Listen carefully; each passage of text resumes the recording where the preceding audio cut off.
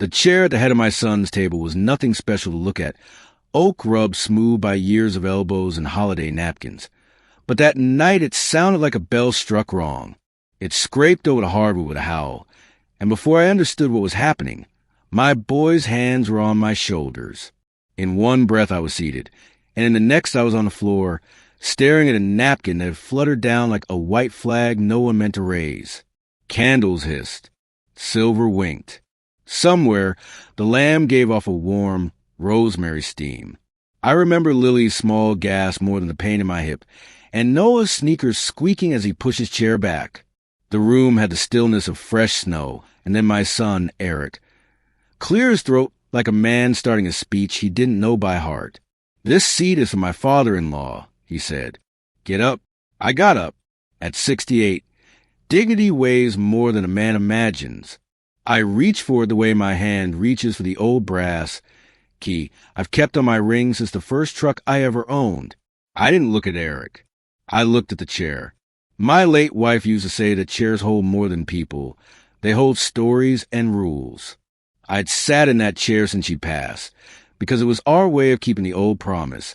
Our home would always have a head, and that head would be a heart. "Dad," Eric murmured, eyes like polished stone. "Please." Megan's father, Leo Price, had just stepped through the archway with a hat in his hand and satisfaction in the fold of his mouth. Megan pretended to adjust the candles. The room smelled like clove and starch. I let the minutes gather. Then I nodded and moved aside to a chair that faced the window where the city lights tremble on cold nights. It was one step, then another, the way a man steps away from a ledge when no one else can see it. We sat. Leo took the head like he'd always owned oak. Megan poured wine. Noah passed the salt without meeting my eyes. Lily tugged her sleeve over a bitten cuticle. I lifted my glass to soften the sharpness between us, and tasted a bitterness the bottle never made. Conversation attempted to grow like a vine against a brick wall. Thin, reaching, doomed. Eric addressed Leo as Mr. Price with a bright, eager tone I didn't often hear when he spoke to me. He kept checking that Leo had enough mint jelly, enough bread, enough respect. "You've done well here, Eric," Leo said, glancing around their perfect house. "Presentation matters." "Thank you, sir," my son replied, and he did not look at me. When the plates settled and the knives quieted, Megan asked Lily to say grace, and Lily, bless her, asked if she could instead say thank you. "Thank you for Grandpa Tom's baseball stories," she whispered, pink with the effort of speaking into a silence, "and for the way he always saves a last dinner roll for Mom." I smiled at the tablecloth. Small hands remember little mercies, even when big hands forget them. After the first course, Megan mentioned a man downtown who carves wooden birds so lifelike you think they'll hop off the mantel. Leo said he prefers marble because it doesn't lie. Eric laughed too loudly. Somewhere in there, I excused myself with the old man joke about needing to befriend the hallway half the evening. In the guest bathroom, white tile, a framed seashell print, a bar of soap shaped like a rose, I locked the door and let myself breathe. My reflection looked like a familiar stranger. Same blue eyes, same old coat of calm. There was a smudge on my cheekbone I hadn't noticed from the fall. I wiped it away with the corner of a towel. The mirror was honest and indifferent. Good mirrors are like good contracts. They say what is, not what you wish. I took out my phone. The screen lit the room with that cold aquarium glow. My thumb hovered and then moved with the confidence of long practice. Because building a life is not that different from pouring a footing. You measure twice, you commit, and you trust the cure. I scrolled past photos of Lily with chocolate on her teeth and Noah in a warm ball cap. Past the sunset over the lake my wife had sent me the week before she died. Past reminders to pick up olive oil and 2 new smoke detectors. I found the number I needed. "Harold," I said when his old lawyer's growl answered. "I'm sorry for the hour." "Tom? Don't be. I've been asleep since 9:30. You just dragged me back to 1978. He yawned into the line. "What's wrong?" "Nothing's wrong," I said, and then, "Something's wrong." I told him what I needed in as few words as a man can afford when speed matters. Revoke every proxy with Eric's name on it. Prepare the notices. Schedule a morning signing. Email, then hand deliver. And herald, no leaks. Understood. Paper rustled. Tom, are you sure? There are moments when the air in a room feels thinner, like you've opened a door to the outside and winter stepped in. I reached for the brass key in my pocket, rubbed its teeth, and felt the old truck's memory, how it had coughed to life on credit and breakfast sandwiches.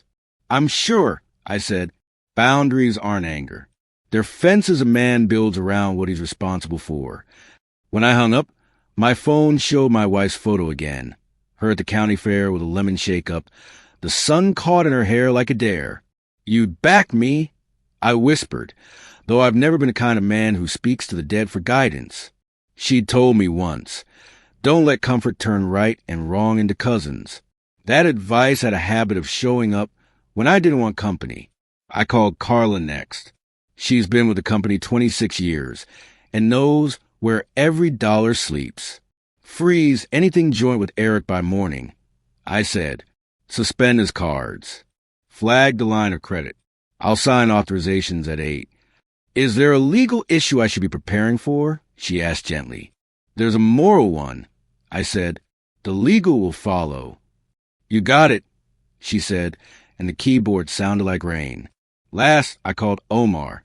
The man started with me as a kid running rebar in July heat and grew into responsibility the way some grow into suits. Be at the office at 6, I told him. Box up Eric's personal things. I'll handle the rest. He didn't ask why. He didn't need to. Loyalty has its own language. I hear you. I'll be there. We'll do it clean. I stayed locked in that bathroom a long minute after the calls, listening to the house breathe. Families have lungs. You can tell by how the air shifts when truth enters. I turned the faucet on and back off, just to make a sound that didn't come from a person. My hand shook a little, not from age, but because endings travel through a man like weather. When I returned to the table, the room had reshaped around the new order. Leo sat straight with the comfort of a man who believes in his place. Eric's voice rode the surface of conversation with a salesman's buoyancy. Noah swallowed hard. Lily fidgeted with the locket I'd given her, a tiny oval that, if you pressed it right, clicked open to the picture of her grandmother. Megan set down a glass in front of me, and the stem tapped the wood twice. The chair at the head looked farther away than it had any right to look. Dad, Eric said, with the theatrical brightness a man uses when he's already chosen a side. We were actually talking about a potential partnership. Mr. Price and I think. I'm sure you do, I said. My voice sounded nothing like thunder. It sounded like a level laid on a sill, steady, dull, necessary. Leo dabbed the corner of his mouth with a napkin. Modern business, he said, requires fresh approaches. I smiled because I'd heard that sentence in 7 different decades, and it never wore better. I ate the bite of lamb on my fork and found it tender, still hot, still lamb. Loss and meat can live on the same plate. People forget. After dessert, I gathered plates without being asked, rinsed them beneath the faucet until the water ran quiet. I dried my hands on a towel that promised, bless this mess, in pale blue cursive, and I thought about promises and how they rely so heavily on the one doing the blessing. When I said I should be heading home, Eric didn't rise. Leo glanced at his watch like a conductor, and Megan smoothed the tablecloth, which didn't need smoothing. At the door, Noah hugged me around the middle with the strength of a second baseman. You okay, Grandpa? He asked into my coat. Better than I look, I said. Lily slipped a peppermint into my palm. Sticky, unwrapped, the kind a child believes can fix any mouth, then tucked my fingers around it like she was giving me a coin to cross a river. I put it in my pocket with a brass key. Cold stitched itself into my cheeks on the porch. The night held its breath. From the driveway, the house looked like a photograph from a catalog that didn't come with real people. I drove home through a Chicago that sparkled like it might forgive absolutely anything if you could only stay in the lane. My phone sat face down on the passenger seat, vibrating like a secret, and I let it. At a red light, I fished out my fountain pen from the glove box, the one my wife gave me when I signed the paperwork on our first bulldozer, and felt its weight in my hand. By the time I reached my place, the pen was warm from my grip, and the brass key had printed a little half-moon into my palm. I flicked on the lamp in my study, where the oak desk waited the way an altar waits for candles. Paper was stacked. Files were labeled. It smelled faintly of coffee and sawdust, because some rooms keep your life's first language inside them. I set the pen down parallel to the edge of the world and opened the top drawer, where my wife's recipe box lived beside corporate bylaws. There are two kinds of instructions that never become obsolete: how to make her peach cobbler, and how to protect a company from foolishness. The phone lit my cheek as I bent over the desk. The page stared back, white and patient. I drew the pen across the first signature line, and the nib made that quiet music good pens make when they know you mean it. Outside, a plow went by, the blades singing against the street. Somewhere in the old heating vent, a radiator ticked like a metronome. The peppermint melted slowly in my pocket, and the chair at the head of a table I no longer recognized pulled at my memory like a tide. I signed again and again until the stack thinned, until the course of life shifted by half an inch. The amount of house need to correct itself when the spirit level tells the truth. Morning slid into my kitchen like a well-behaved guest, quiet and on time. The coffee maker ticked through its little ritual.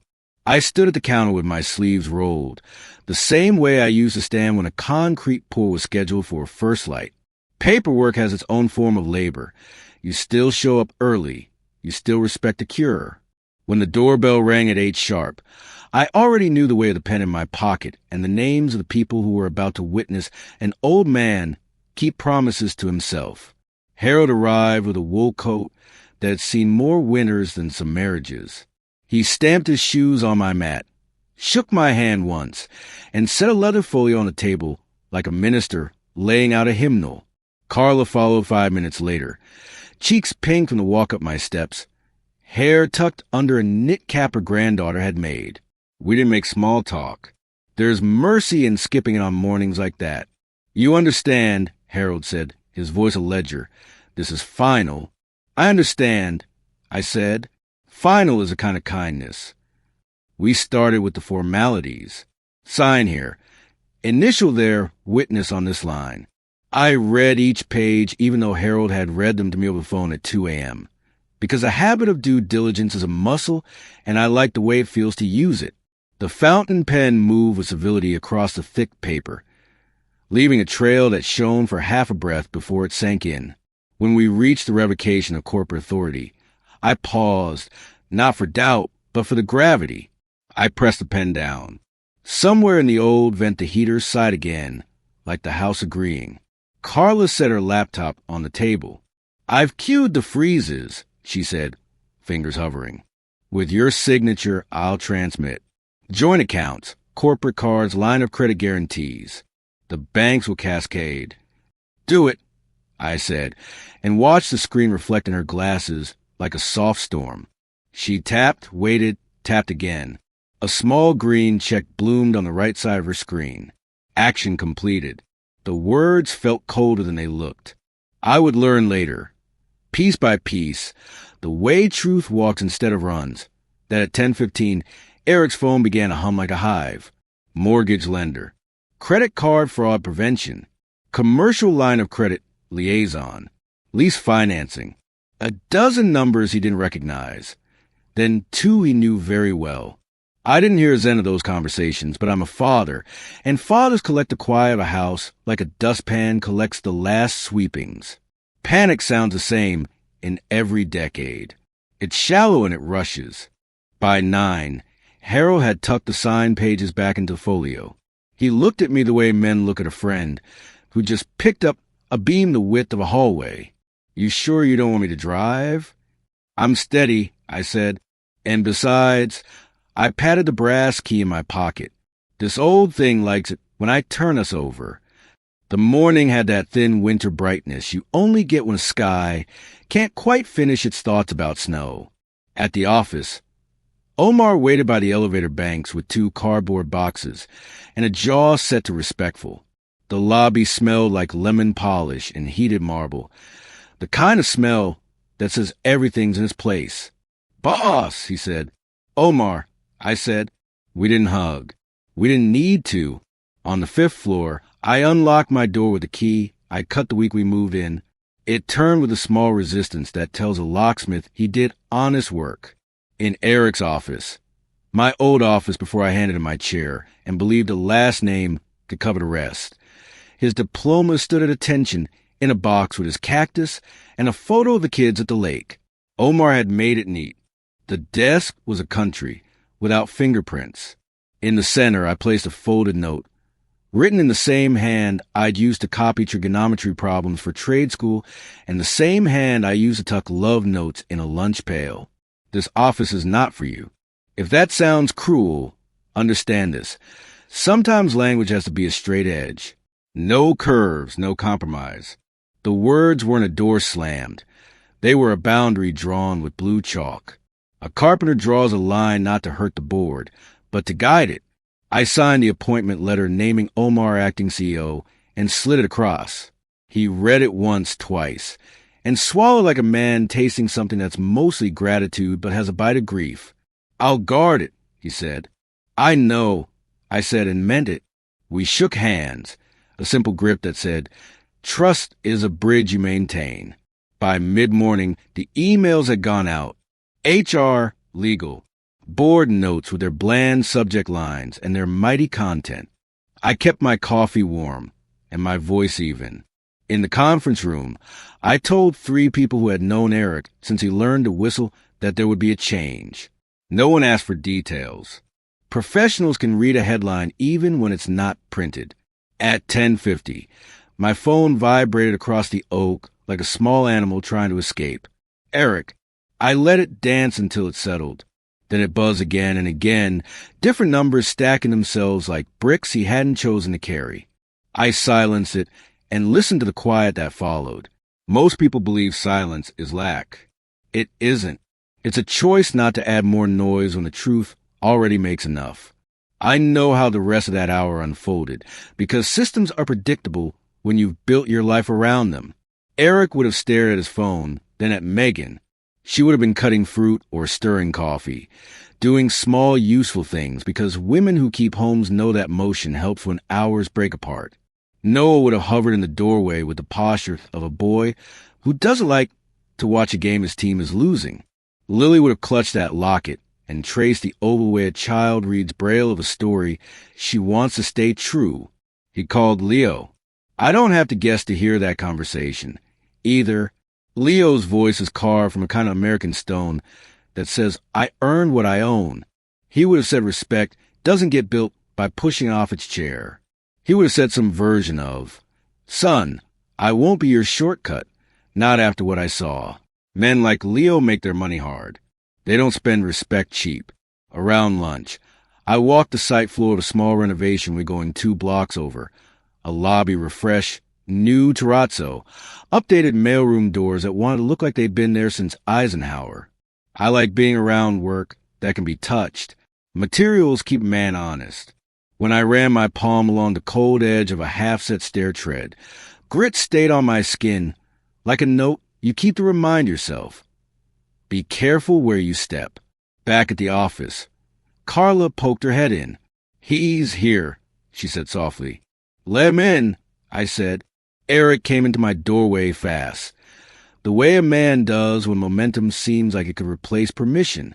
He stopped at the threshold, because thresholds are powerful if you've kept them that way. "Dad," he said. I looked at him. This is a part of the story where you might want a speech, something operatic that puts everybody in their righteous places. Life rarely cooperates. He looked like a boy who used to call me from the dugout when he'd lost his glove. He also looked like a man who had shoved his father to the floor and offered the oak to another. Both were true. People are almost always 2 truths. "This isn't a good time," I said. His jaw flexed. The banks, my cards, what did you... I did what you taught me to believe I must have taught you, I said carefully. I set a boundary where one belongs. You can't do this, he said, which was wrong, and we both knew it. I can. I have. And you're going to be okay if you decide to be. I nodded toward the boxes. Omar will walk you down. He looked past me and saw the note on his desk. The smallness of those 6 words swallowed the room. His eyes at the boxes, the naked wall where his certificates had hung like medals on a jacket that didn't fit. For a heartbeat, I thought he would say, I'm sorry. The words came to his mouth. I saw them start, then tighten. Pride is a knot that takes a good long time to learn how to untie. He didn't step in. He didn't sit. He turned on his heel and left a little too quickly, like the air had thinned again around his head. I stayed where I was and counted my breaths. It's an old carpenter's trick. When the cut is complicated, slow your breathing. Don't rush the saw. Don't tear the grain. When the door clicked shut, the desk looked like a shoreline after tide. I put the fountain pen back in my pocket. The peppermint had softened into a shape that was no longer factory perfect, just sugar and intention. I unwrapped it finally and let it sit on my tongue. It tasted like the kind of small kindness a child offers because she believes in repair. At home, that night, the house didn't feel triumphant. It felt honest.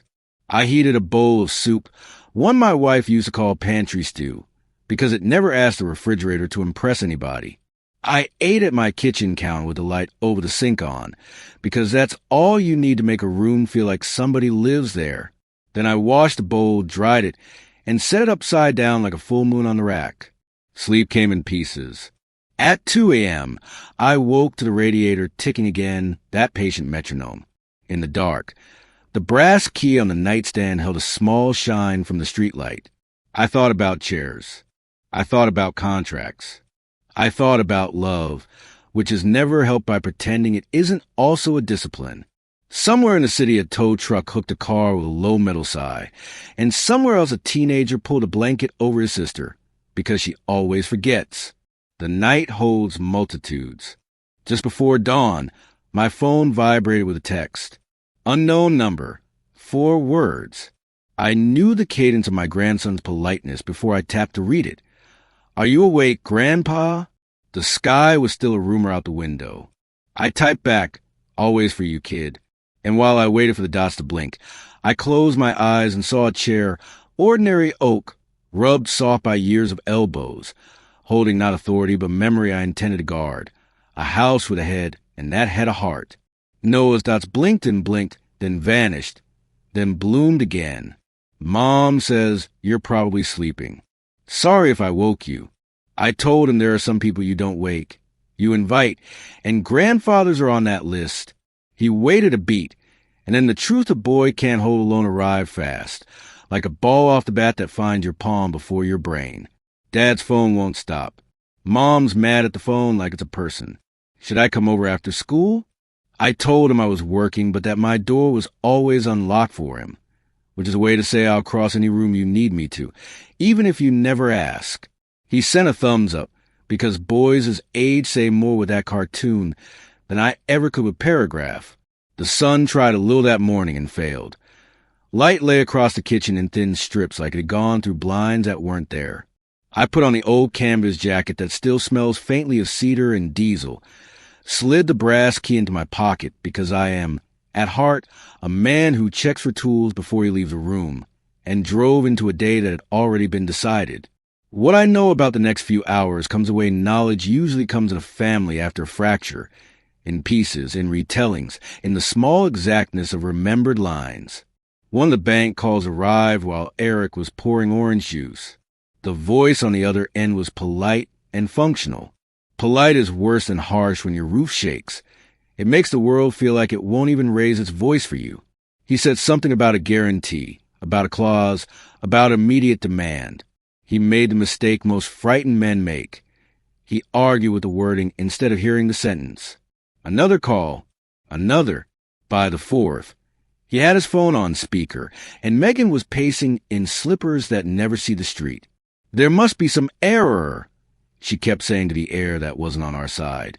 I pictured Noah standing at the edge of the tile, chewing the inside of his cheek the way he does before a test, and Lily turning her locket so the hinge faced her, as if keeping the picture inside would keep the moment contained.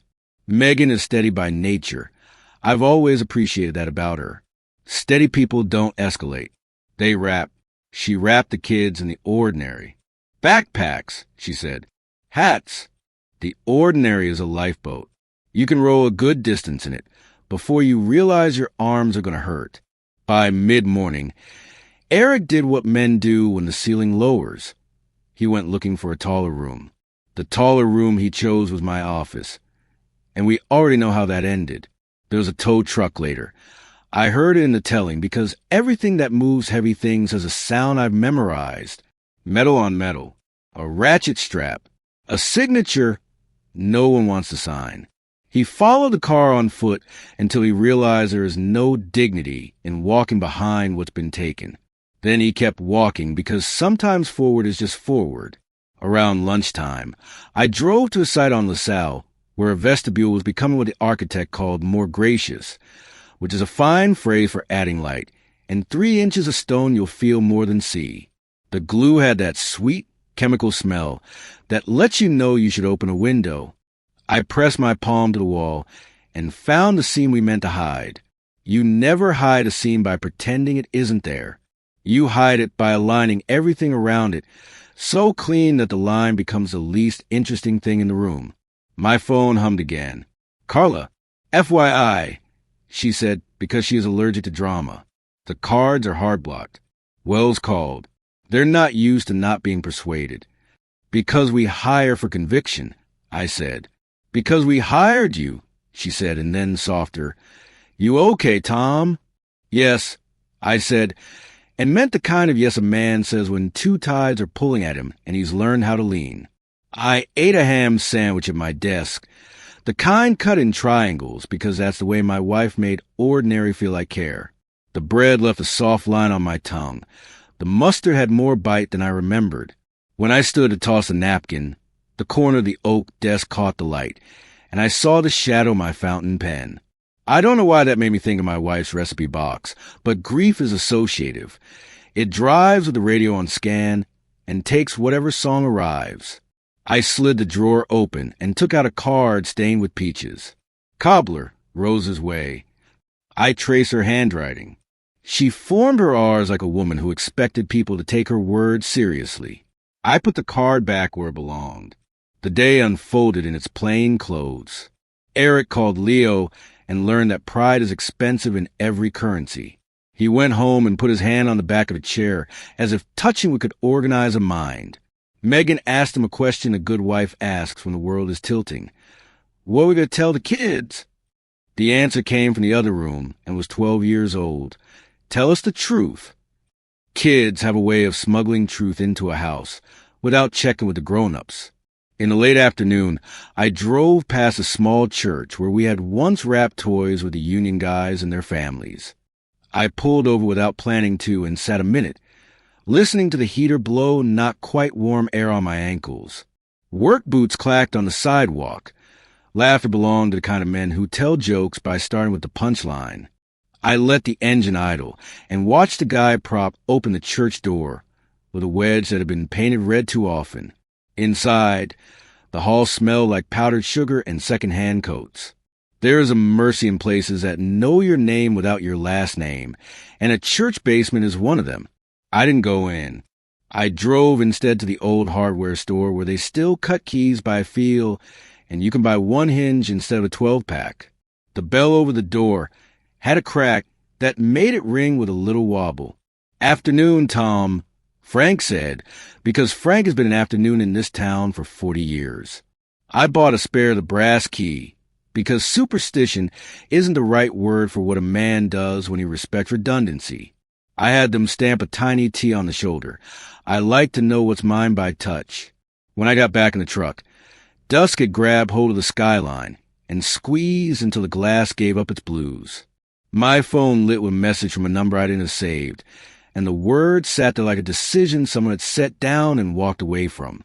Mr. Caldwell, this is Denise Morales. We haven't met. I run a night cleaning crew. Your son just applied for a shift. He listed you as a reference. Is it true? He can work hard? I read it twice. The peppermint in my pocket had finally surrendered to its fate and become a damp sugar crescent in the wrapper. I wrote back what a man should write when the past can't do the present's work for it. It's true he's capable. It's on him to choose it. He'll show up if he says he will. Then I added one more line because sometimes you can throw a plank across the narrowest gap and save a man a river. He will be grateful for a chance. She replied with a thumbs up and a start time. 10 p.m.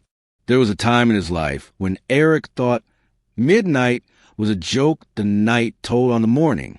He would learn different, the way all of us do, by mopping a corridor that never ends and finding, 3 floors later, that progress is less about where you are than what you keep doing. I made myself a simple dinner. 2 eggs in a pan, a heel of bread from last night, a sliced tomato that tasted faintly like July even in December if you salted it just right. The fork clicked against the plate. The radiator kept time. I put the plate in the sink and ran hot water over it. Watched steam rise like a spirit that wasn't there to give advice. I dried the plate and set it with its brothers. Small order after large disorder is a medicine we don't give enough credit. When the phone rang again, the number made sense before the name. Megan. Tom, she said, and her voice was tired on all edges. We're going to my parents for a while. She didn't ask permission. I didn't offer opinion. Tell the kids I love them in any language that makes them feel safe, I said. I will. She hesitated. He's angry, but not at you, at himself, and at the part of himself that still wants to blame you for making the part that's angry at himself hurt. I understand, I said, because I do. Thank you for, she started, then let the sentence fall where it wanted. We hung up without promising anything we couldn't keep. I sat in the living room with the lamp that a little too bright for the shade and listened to the city do what cities do best when nobody is watching them. Carry on. A bus exhaled. Somebody laughed too loud 2 floors down. Across the alley, a man banged a lid against a railing to knock the snow off.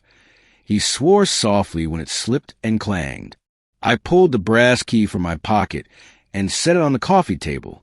It left a faint half-moon impression in the old wood, like a memory that knows it's permanent. Somewhere across town, a man I raised was putting on a blue uniform with a stitched name that wasn't his last, and he was tying laces like a person who finally noticed knots. Somewhere else, my grandson was tucking his sister's hair behind her ear because she hates the feeling when it touches her lips in the cold. I thought it had a table and the head of a mop, and how both require a wrist that knows enough to be gentle and firm. I turned off the lamp and let the dark come all the way in. The room did not feel empty. It felt occupied by every right choice I'd ever made that didn't feel like one when I made it. Before sleep, I took the phone from the nightstand and typed a message I'd been writing in my head all day. Not to Eric, to Noah. If you ever feel the ground move under you, you can put your hand on the table and wait. Tables were made for that. Good ones don't wobble. He sent a heart. Lily sent a photo of the peppermint wrapper she found in my coat last week, folded into a small paper bird. I smiled in the dark and let the radiator count me down. Morning would come again with its well-behaved knock. And at 10 that night, a man would push a mop down a long hall and meet himself in the shine. 10 o'clock is an hour that forgets its manners. It arrives without knocking and expects you to be ready. I wasn't there to see Eric clock in, but I've worked enough night pours and winter plows to know the hallway light of the building at that hour has a color you don't get in daytime, thinner, almost metallic, as if the bulbs are tired of pretending they're suns. He met Denise Morales in a lobby that smells like lemon and glass. She's a kind of forewoman who can tell if you'll last by how you walk across tile. Uniforms in the closet, she told him, pointing with the chin. Name patches crooked on all of them. We fix later. Mop room's back left. Don't chase shine. Shine comes if you do the basics. I learned that quote later. over coffee when she stopped by to ask if the reference I'd given was still good. "He's green," she said, "but he hears." There are worse eulogies to deliver at the start of a man's second life. They put him with Miguel for the first hour, a stocky Ecuadorian with Popeye forearms, and a smile you can see in the reflection off a brass kick plate. Miguel showed him how to wring out a string mop, so you don't drown the floor, how to leave the edges dry, how to keep your wrists from hating you by morning. "You make squares," Miguel told him. "No artist, only squares." He drew the invisible grid. Shoulders easy, the way a man who has taught his hands to think moves through a space. That building on Wacker, the one with elevators that sigh like they're over it, holds law firms and a trading outfit and a real estate boutique that puts orchids on desks because some people need plants to do the confidence for them. The carpet on 12 is so thick it eats your steps. The marble on 5 turns every noise into a sermon. They taught Eric how to empty bins without letting the plastic liner sigh too loud. They taught him when a coffee ring is just sugar and when it's hopeless. A city is sustained by people who know the difference. At midnight, the crew took 10 in a break room that smells like last week's noodles and pine cleaner. Denise has a rule: phones down while you're eating unless a kid is sick. You can tell a fair boss by her exceptions. Eric found a vending machine that still sells the same peanut butter crackers I bought on job sites since the Reagan years. He fed it quarters with the attention of a man who's trying to stay inside a small task, because the big ones all have teeth. "First night?" a college kid asked him. The kid's name was Tarek, business major, eyes so bright you could light a room. "First night," Eric said. "Best part is the sunrise from 30, Tarek said. "Worst part is 30 floors before the sunrise." Everybody laughed. Miguel broke his Kit Kat in half and handed Eric the bigger piece without making a show of it. Men who work nights become connoisseurs of small mercies. Back on 12, Eric found his rhythm. You learn quickly in this line. The mop will tell you if you're pushing or pressing. Pushing makes streaks. Pressing makes shine. His shoulders burned, the good kind, the old language of effort returning like a song he used to know before he got used to listening to applause.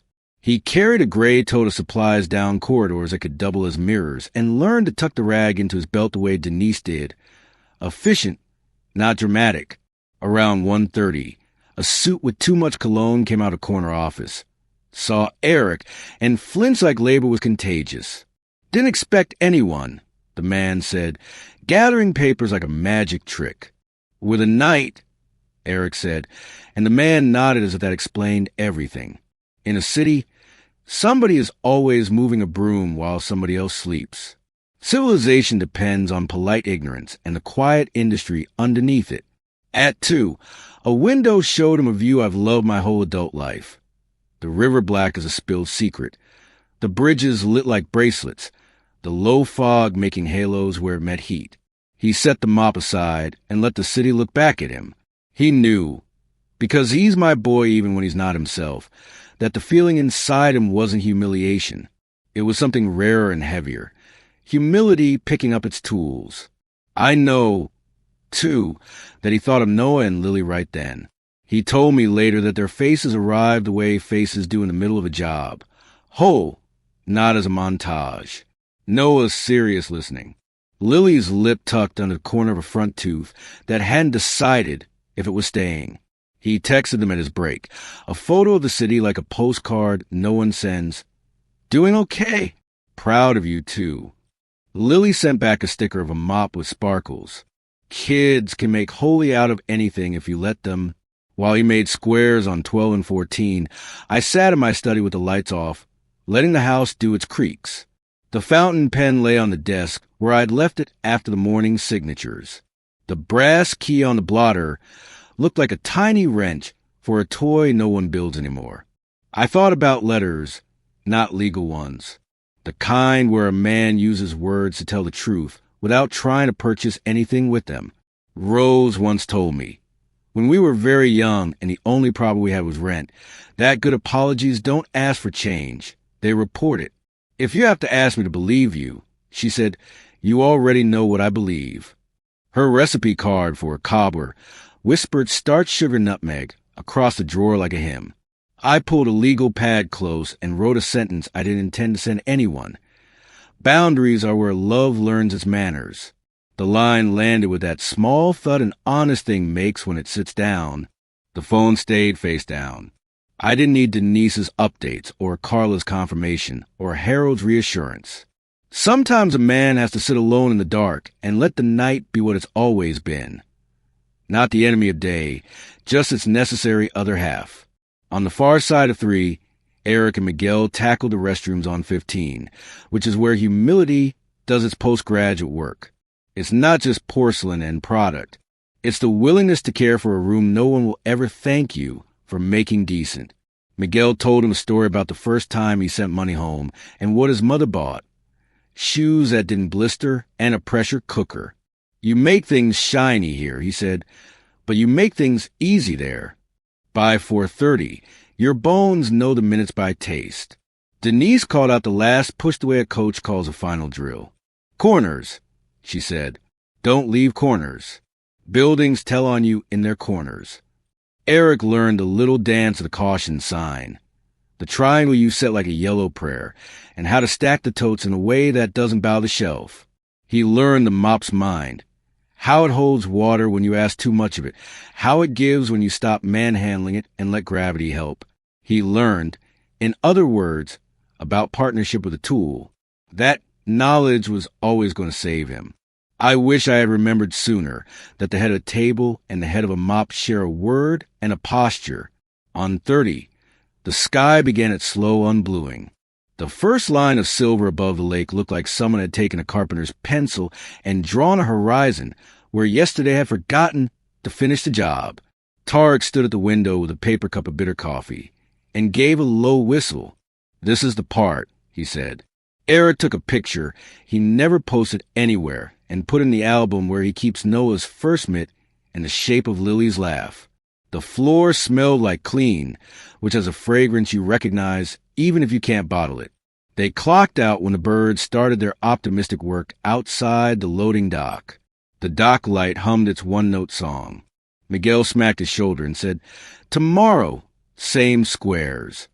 Denise nodded once, the highest praise in her language, and said, "You were on time, Caldwell. Keep winning that." It's a tiny trophy, punctuality, but it doesn't collect dust. He walked to the subway with hands that smelled like lemon and rubber gloves, and a back that was tired in the respectable way. Chicago in the early morning carries strangers gently if you've been part of the crew that made it decent for the day's shift. An older woman in a red coat nodded at him like she knew what it cost to stand up all night and still look a sunrise in the face without flinching. Home for him was a motel for now, the kind with a bedspread that's seen every kind of plan a man can make. He showered longer than the sign recommends and watched the gray water find its way, then slept for 3 hours like a newly poured slab. Heavy, with the air still humming from effort. I slept, too, not like a slab, but like a porch, open to the air, a little weathered, still holding. When I woke, the brass key was where I left it, the pen where it belonged, the recipe card nested like a bird in its box. I made coffee the way you do when you only need 1 cup to tell you what time it is. On the counter, I wrote down a list that wasn't a list so much as a map. Check on the LaSalle seam. Call Carla about vendor renewals. Pick up more peppermint for Lily. In the margin, without planning, I drew a small rectangle and put a line at one end, a table, a head, waiting for a right weight to return to it, someday not as entitlement, but as service. By mid-morning, the city had shaken yesterday out of its shoulders. I put on my coat and slid the key into the pocket it has worn thin. There was a park I liked to walk when decisions had already been made, and I needed to let my bones catch up. I found a bench that faced a pond where the geese argue like old couples. The wood was cold even through the coat, and the air smelled like damp bark and a bakery somewhere I couldn't see. I didn't plan what happened next. Most good things don't ask you to.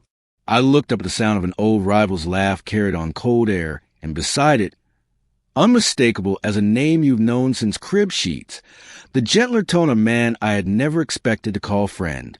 Leo Price walked toward me with a paper cup and a scarf that looked like he'd won it in a bet with January. He had the unhurried gait of a man who knows he's not late to anything important. Tom Caldwell, he called, and there was in the air. The old rival's name said like a neighbor's at a fence line. Leo, I answered, patting the bench beside me. The wood creaked the way old friendships might if we let them. He sat, not at the edge, not claiming the middle, just enough space between us for a third man, if memory wanted to join. Steam rose from his coffee, like a smaller weather. The pond wore a skim of ice at the edges, and a goose objected to something it couldn't fix.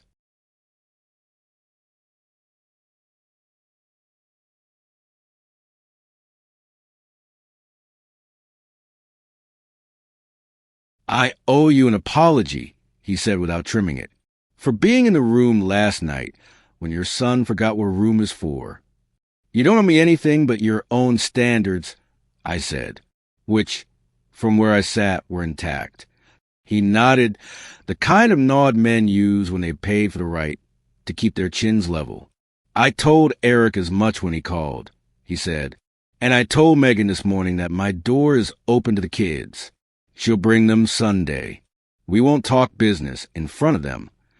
Good, I said. Kids need rooms with no ledgers. He sipped. I'll say a second thing, he added. I misjudged you. For years, I thought you were soft where family was concerned. The business side of you I never doubted. You build straight, but at home, I believe you let your people get away with sentiment that made you weak. And last night convinced you I mean enough to be strong? I asked, smiling because a man has to keep his own weather, too. Not mean, he said, shaking his head. Clear, which is rarer and costs more. I looked at the water. Under the thin ice, you could see the dark movement of what wasn't going to freeze. Clarity cost me a boy, I said. For now, maybe for good. Or it bought you a man, Leo said softly, if he chooses to purchase. We sat with that. Trees made their dry winter sounds, little rattles, the occasional click like a wooden bead finding its neighbor on a string. A jogger passed, breath like a small engine. Behind us, a dog sneezed and dignified itself by pretending it hadn't. I heard you and Eric were drawing a map, I said after a time, nodding to the tube of blueprints under his arm. We were drawing his imagination on top of your foundation, he said. Ambition looks nice in pencil. It leaks when you try to pour it. Ambition's cheaper than aggregate, I said, and crushes lighter. He laughed then, a short, pleased sound as if someone had told a joke worthy of the lunch pail. He set the coffee down between his boots and unrolled the plans in his lap. You mind if we talk business now, old man? He asked. If we don't, I'll nag myself all the way home and put you on a pedestal you don't want. I looked at the lines. Elevation spans. A proposed cantilever a hair too proud for the soil 2 blocks off the river. You're carrying more than the ground agreed to, I said, tapping the corner. She'll punish you with a settlement crack you'll hide with art and still hate at night. We thought about deepening the casings, he said. You thought about sweet-talking a stubborn ant. I said, widen the footing, spend the concrete, and you can sleep. His eyes lifted, amused. You always did pour like a farmer, generous. And you always pour like a gambler, exact, I said. Between us we might hit true. He rolled the plans back up and wedged the tube against his knee. I'm not going to pretend last night didn't happen, he said. But I'd be a fool to pretend I didn't see a partner I can trust. I didn't mean to court the son over the father. That was convenience disguised as modernity. You know how men our age get tired of proving we're not past tense? The shortcut is to hire the young and call it wisdom. Hire the competent and call it Tuesday, I said. I don't need to be modern. I need to be sound. He reached in his coat and brought out something I knew before the light found it. A fountain pen, black as an old piano, gold nib catching the gray morning like a filament. He turned it once, twice, the way men who've heard the word heirloom do. My father's, he said. He signed our first loan with it. I keep it around for days when I mean it. I touched my pocket and felt the length of my own pen, the familiar weight. The bench had 2 pens on it now, and the air between them made a small bridge I hadn't expected to cross at this late date. What are you proposing, Leo? I asked, not because I didn't know, but because sometimes a good thing deserves to introduce itself out loud. A joint venture on the Price Towers rehab, he said. You steer structure. I steer approvals. We share risk the way men our age prefer, evenly and on paper a grandchild could understand.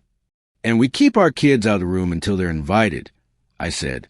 Especially then, he said, smiling. If they come on merit ears first. I rubbed the brass key in my pocket with my thumb, as if it could hum with an answer. There's one condition you won't see in the boilerplate, I said. Wednesday afternoons and Sunday mornings are for my grandkids. If clerks' signatures or alderman coffee cakes threaten those hours, we hire a teenager with neat handwriting and buy the cake later. His laugh shook loose the edges of the cold. Done, he said. My grandson thinks Sunday mornings belong to pancakes. I'm not on record disagreeing. We sealed it. Not with a handshake, not yet, but with the old men's exchange of tools. He set his father's pen on my palm for a second, a test of weight, and I put mine on his. We looked. We nodded. We returned them to their pockets. Sometimes the dignity of an agreement is that it can stand without being gripped. I'm going to say another thing, he added, and this time his voice bent toward the place where private and true shake hands. When I saw your boy push you, I recognized a younger piece of myself I'm not proud of. My father once reached for a door I had already decided to hold open for a man I wanted to impress. I didn't drop him. I didn't humiliate him. I just made him wait, and he saw it. He never brought it up. He didn't need to. The next year when I wanted him to co-sign on a crane, he said my hands were still learning to open for the right people. What did you do? I asked.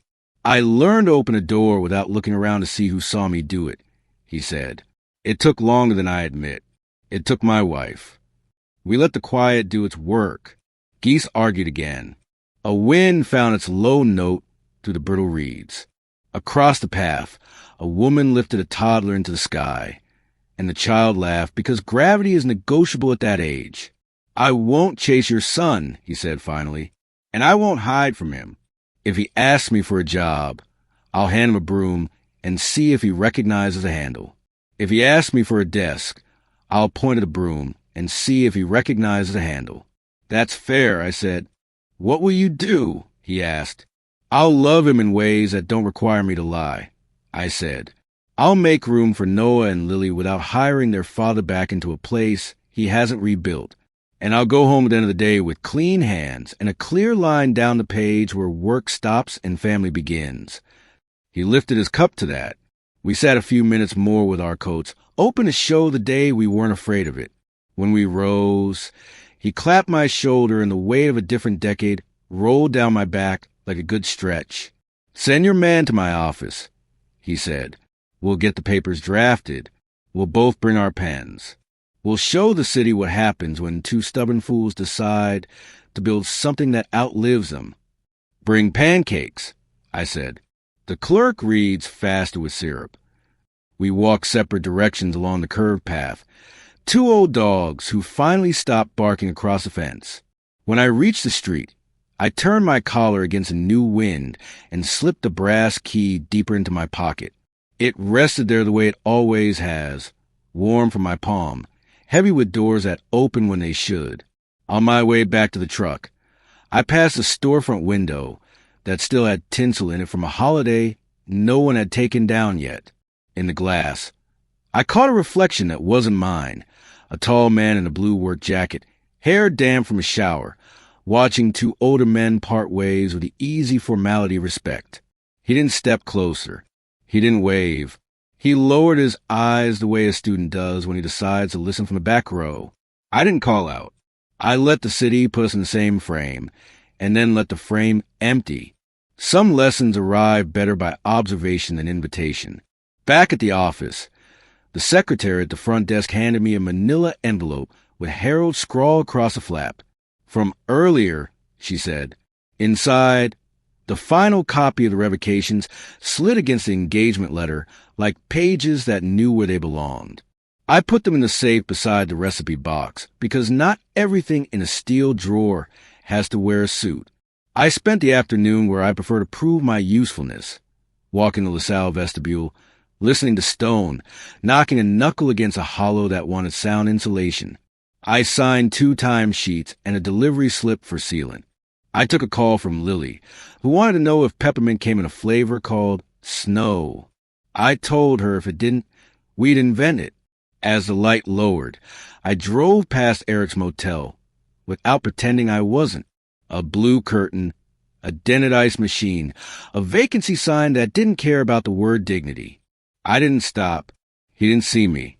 Or maybe he did and, like me, decided that some distances must be measured, not leapt.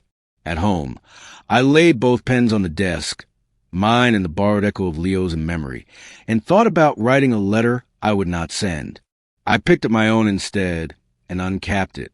The nib kissed the paper, and I let a line of ink draw itself, steady and black. There are chairs a man earns by sitting in the right ones when no one is looking. The sentence looked back at me like a truth that would keep until morning. The radiator ticked once, twice. In my pocket, the brass key made its small half-moon through the lining and pressed into my leg. A familiar nudge. Doors when needed, locks when needed, and the sense to know which is which. Outside, the city turned on its lamps. Somewhere in it, my son folded a uniform he'd earned with squares and corners, and a girl made a paper bird from peppermint wrapper, and a boy set his hand on a tabletop to feel if it wobbled. The night drew an even line. I breathed in and laid the pen across the blotter, ready for whatever page turned next. Winter finished its argument when marched the way 2 old men do, grumbling, but with a handshake in there if you're paying attention. The city changed its coat. Down by the river, hard hats traded knit caps for ball caps, and the air smelled less like metal and more like wet stone. Work moved outdoors again, that old choreography of cranes and coffee. In my office, the file with Leo's project grew a new tab labeled joint, and my fountain pen signed twice what it used to because 2 companies needed the same promises written clean. Wednesdays and Sundays acquired a new sweetness. Megan kept her word. The kids arrived with backpacks that had more imagination than math. Noah would set his palm on my kitchen table the way a young player sets his glove on the dugout bench before a game, checking the wood's character, not its price. Lily would hunt for the peppermint jar, like a detective who'd already solved the case.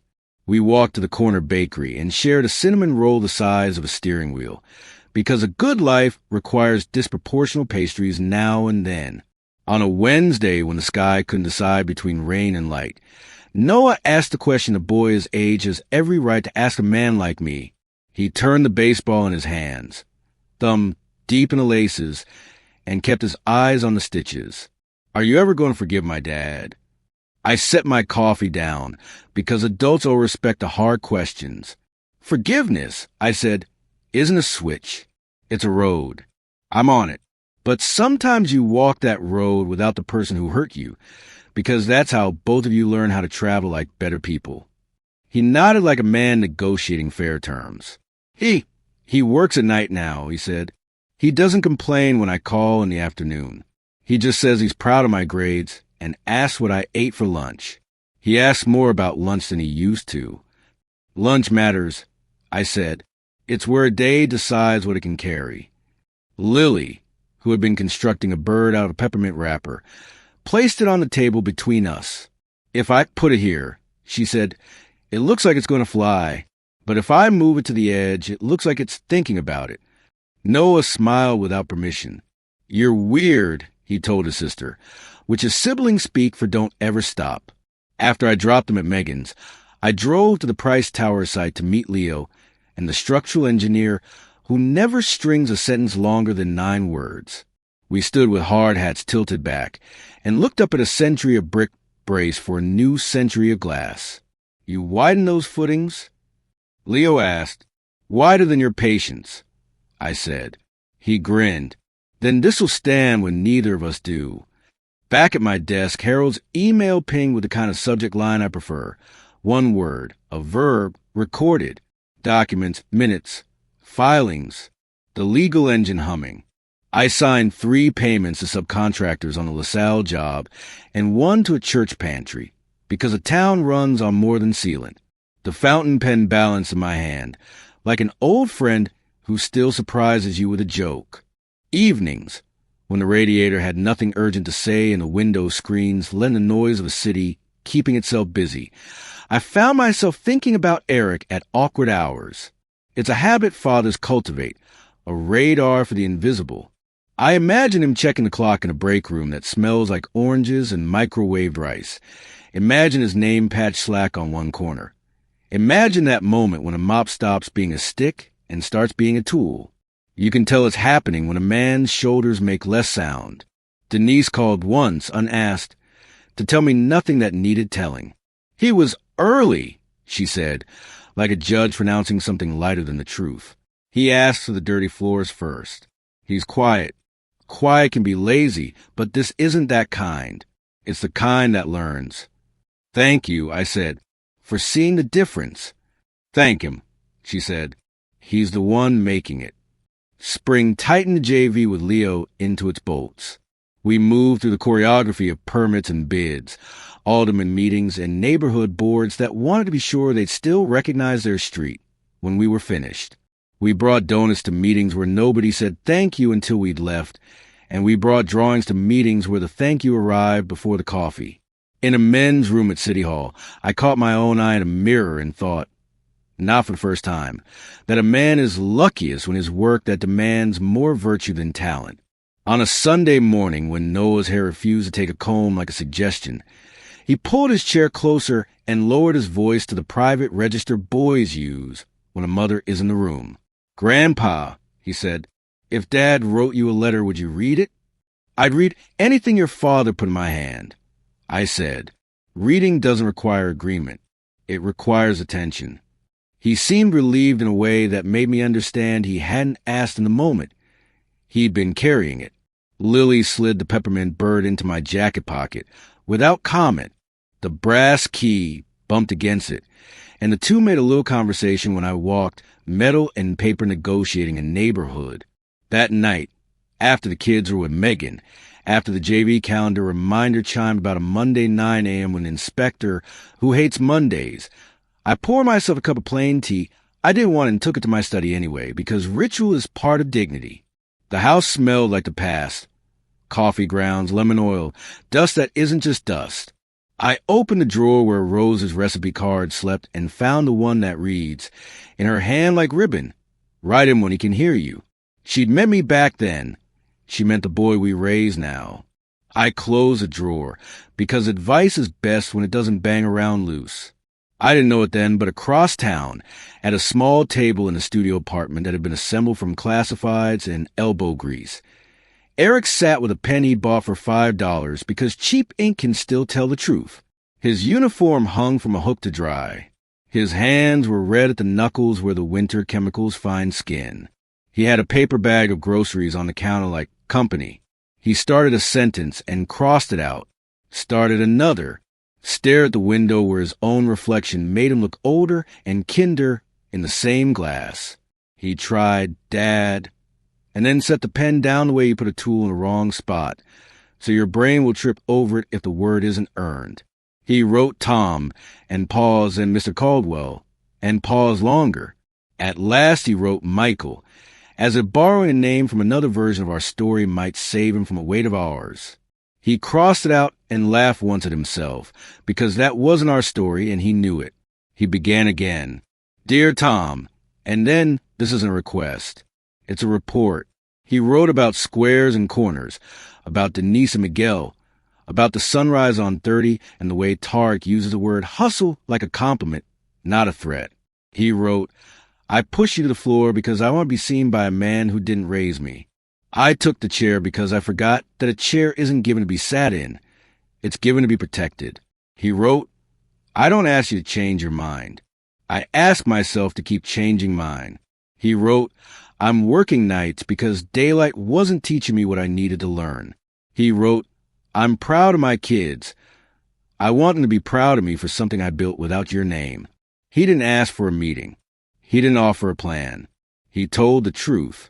He folded the paper with careful thirds like a man who has licked too many envelopes in his life to do this one sloppy. He addressed in a hand that, for the first time in a long time, looked like it belonged to someone I could trust.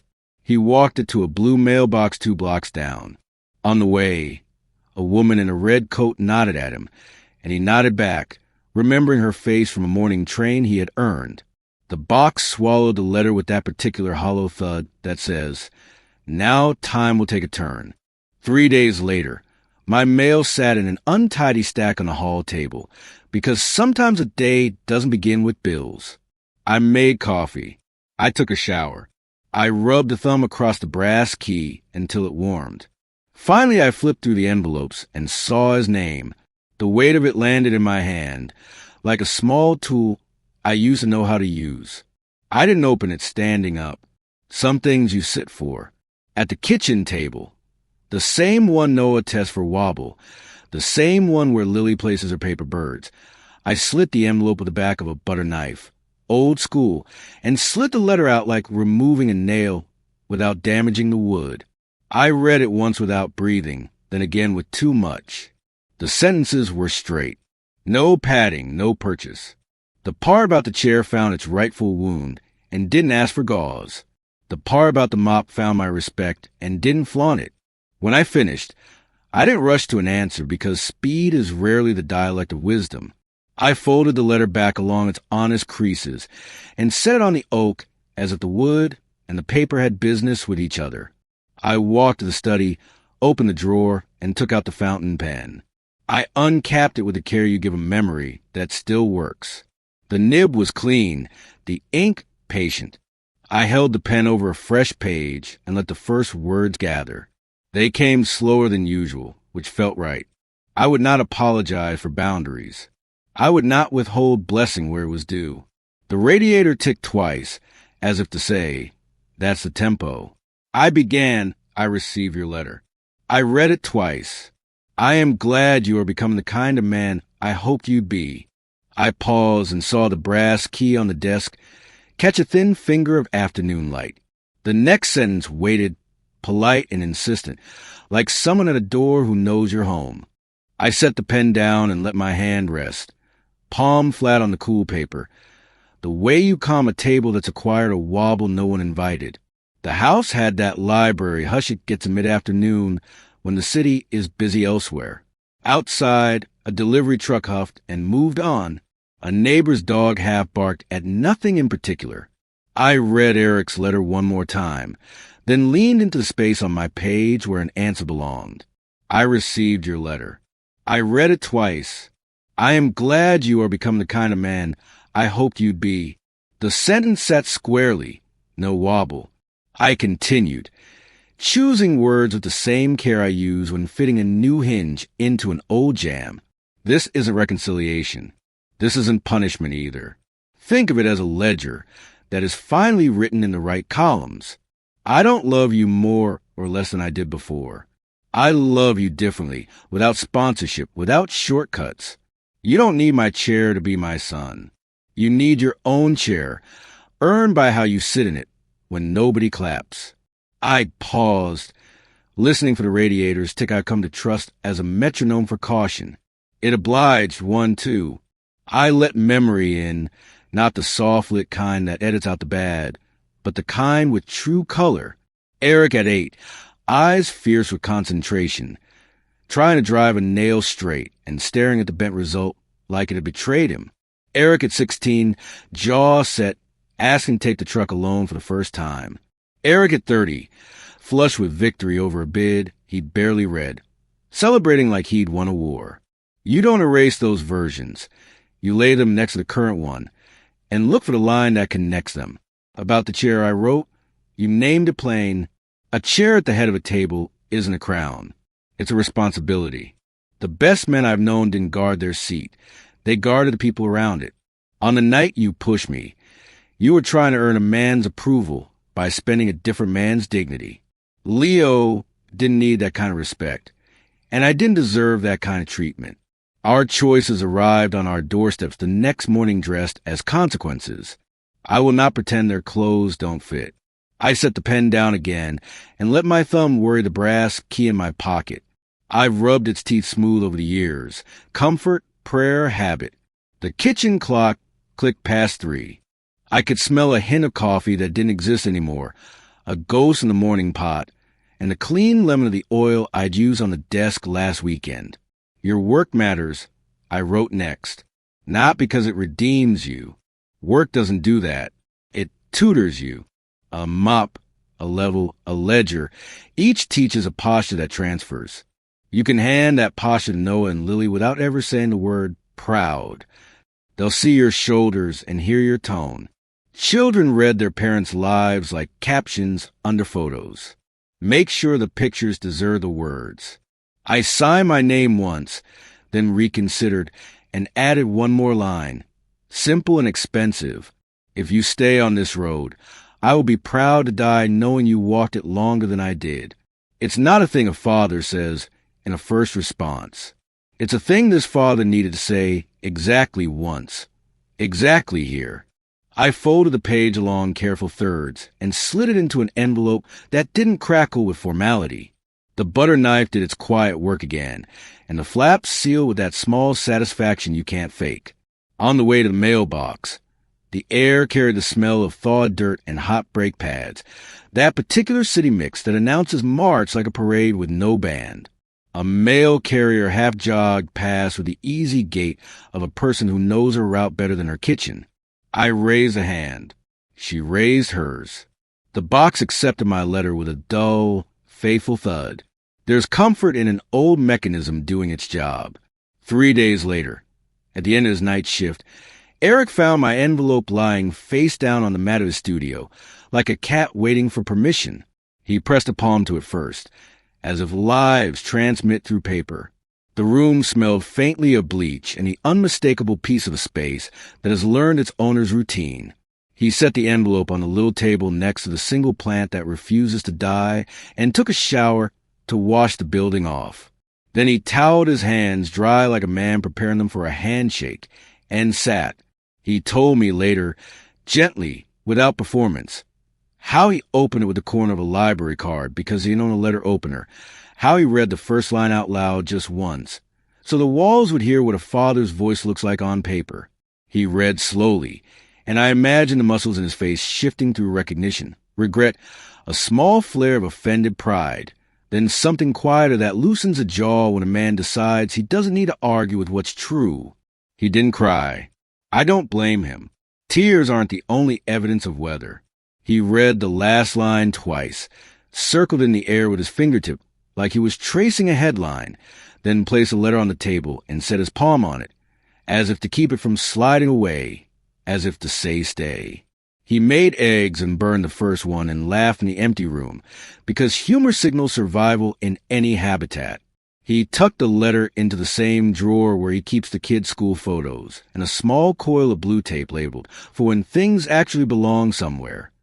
Days began to stack neatly after that the way properly cut lumber does. No bowing, no secret twist.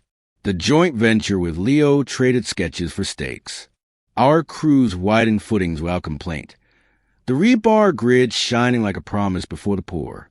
I stood with Leo on a temporary platform as a pump truck extended its arm over our heads like a prehistoric bird, and we watched the gray river become a slab, vibrating under the float's low hum until the surface turned to satin. There, Leo said, satisfied in a way you hear more than see. That'll outlast our arguments. May it outlast our names, I said, and meant it. He glanced at me, then down at my pocket where the pen outline always shows. Bring that pen Monday, he said. City want to see signatures. Wednesday afternoon, I reminded him out of habit. I remember, he grinned, pancakes for the inspector. I'm not above bribing with carbs.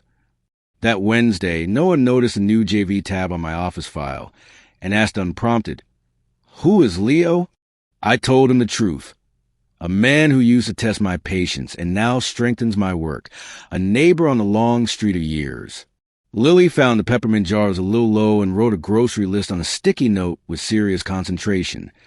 Peppermint, snow flavor, milk, flour, smiles. She stuck the note to my sleeve like a badge. The brass key knocked against it while I made grilled cheese, and the sound of the satisfying clink of everyday ceremony. Eric didn't call. That felt right. Letters need quiet to do their travel. But word travels too, the kind you can't stop even if you wanted to. Denise told me in a phone call about ordering new solution for the marble on 5, then added, "Your boy didn't just show up. He's showing others how to show up. He fixed the closet shelf without being asked." Up or level? I asked because it matters. Level, she said, laughing. Up is for show. Level keeps brooms from sliding out like an apology. I thought ahead of the table and ahead of the mop again. Same word, same risk of pretense, same reward for steadiness. I wrote, "Brooms don't apologize" on a scrap of paper and tucked it near the recipe box because phrases like that are better than fortune cookies and less likely to make you smug. Spring lengthened. On a Sunday, Noah and I went to Ball Field and stood along the first baseline. The chalk was still bright. The bats leaned on the fence like they were waiting for their turn to speak. He asked if I wanted to toss. I said yes the way a man says yes to any invitation from time itself. He threw easy, I caught easier. Field dust smells like optimism, cut grass with ambition. Lily sat on the bleachers folding a new bird, this one from the wrapper of a chocolate mint she claimed was almost snow. She sat on the railing where the wind could test it and decided, after watching its little tremble, that it would rather stay. Back home, the afternoon settled around us like a good coat. My phone buzzed once with a number I now recognize from memory. I didn't answer. Boundaries honor both sides when they're built right. A moment later, a text arrived. 5 words I had the right to ignore and the reason not to. Thank you for the letter. No ask. No bargaining. Just a sentence that parked itself correctly and turned off the engine. I typed back slower than my thumbs wanted. You're welcome. Keep going. He replied with nothing, which felt like the best answer. A quiet room where work could continue. In June, the inspector with a voice like a clogged trombone signed off on our widened footings after eating 2 pancakes and pretending not to smile. "That'll sit," he said, nodding at the slab. "If the world ends, I'm standing here." Leo clapped me on the back and nearly toppled my coffee. "Your Wednesday Saints delivered," he said. That night, the house was air and quiet, and that faint summer note that comes through open screens like an old song. I took out the fountain pen without a reason and wrote a line I didn't know I needed. The greatest victories come with signatures nobody will ever frame. I capped the pen and set it next to the brass key. The 2 sat on the blotter like tools after a day's work. Clean at rest, ready to be picked up tomorrow by the same hands, or by hands that have learned to deserve them. I turned off the lamp, and in the blue that houses get after a good day, the kitchen table waited with its steady legs and its small scars. I pressed my palm to the wood, a habit now, to feel its truth. It didn't wobble. Out the window, somewhere across the blocks and alleys, a man I raised was tying his laces for another night. A girl was setting a bird where it could think about flying, and a boy was turning a baseball in his hands, reading the stitches like a kind of braille. The next morning had already started writing itself, and I could feel the shape of what it wanted to say. July came in with its pockets full of heat and small thunderstorms, the kind that flash a temper and then apologize with the smell of wet sidewalks. Work found its summer tempo. Our joint venture grew ribs and then skin, steel arriving in the blue mornings, cranes moving like patient animals through the afternoons. On Wednesdays, Noah pointed out new beams in the truck window with the seriousness of foreman. On Sundays, Lily negotiated the exact number of blueberries that make a pancake honest. The house learned their footsteps again. It is a talent houses have, remembering without asking permission. Denise called twice that month, both times to talk about marble cleaner and delivery schedules, and each time to tuck a single sentence under the business like a note in a lunch bag. He fixed the vacuums nobody wanted to fix. He told the new kid not to pretend a quick swipe is clean. They were nothing to build a reunion on. They were everything a father can stand to hear when he's decided to tell the truth about time. One Monday, Omar stuck his head in my office and said, "Price Towers wants you on the city walkthrough Friday." And I nodded and said, "Good," and wrote Friday, shoes that don't slip in my calendar because age teaches you that dignity is often a matter of footwear. He handed me a second piece of paper. "Vendor from the old days," he said, "wants a meeting. Says he can move materials if we need to accelerate." I didn't look at the name. Men who move materials faster than materials want to move always call with the same voice. "Tell him we move at the speed of permits and integrity," I said, "and that we sleep." Omar grinned. "That'll read." That night, when the air in the house felt like it had been reheated one too many times, and even the radiator was quiet, I took the fountain pen out and wrote down a phrase I didn't want to forget. Fast as a liar, level as a friend. I stuck it under a magnet on the fridge behind the grocery list, where Lily had once written smiles like an item. It watched over eggs and milk, and the way a man stands alone and gets to decide who he is when nobody's ringing the bell. Mid-month, Megan texted, "Kids' summer concert Thursday. School gym. We'll sit on the left bleachers." I pressed my thumb to the screen, felt the small thrum beneath it, and typed back proud of them. "I'll be there on the right."